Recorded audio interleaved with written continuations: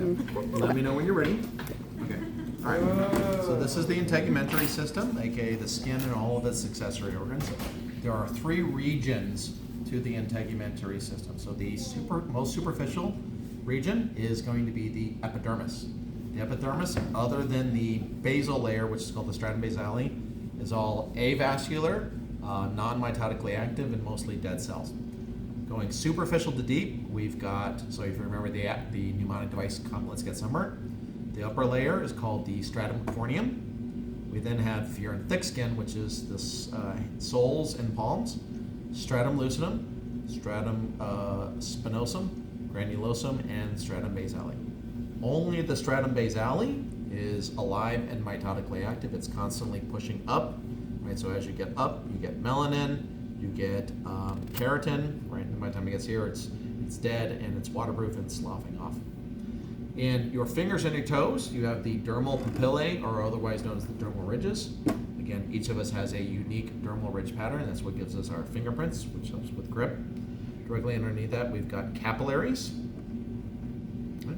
We then have the reticular region of the dermis, which is where you will find most of the accessory organs.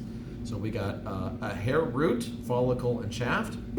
We got a sebaceous gland, rectus pilae muscle, which contracts and it has our hair stand up on end. That's what gives us those goosebumps. We've got a couple of sensory structures. So we've got free nerve endings, which give us real general information, like especially like when there's been damage. So this is why like a paper cut hurts really bad, because you've got all those free nerve endings. You then have Meissner's corpuscle, which detects things like, touch and sensation, all of that. And then we've got the laminated or Pacinian corpuscle, which is mostly pressure. And then there's one down here for proprioception. Okay?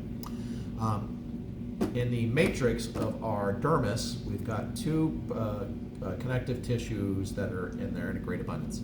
Collagen and elastin. Collagen is thick, gives a lot of strength and structure to our skin. Elastin gives it pliability and flexibility. We then have our sweat glands. We've got 2 types of sweat glands. Eccrine, which are purely for thermal regulation. You find them all over the body. And then apocrine, which you find on the face and neck of men and groin and armpits of men and women. Produces like a deluxe sweat that's got like sensation and odor and stuff like that to it. Sebaceous glands produce an oil-like substance, which helps lubricate and waterproof the skin. Sebum will go up the hair shaft through the follicle, and then it will help lubricate your skin. And then we've got the subcutaneous. So there's a defined boundary between the epidermis and dermis.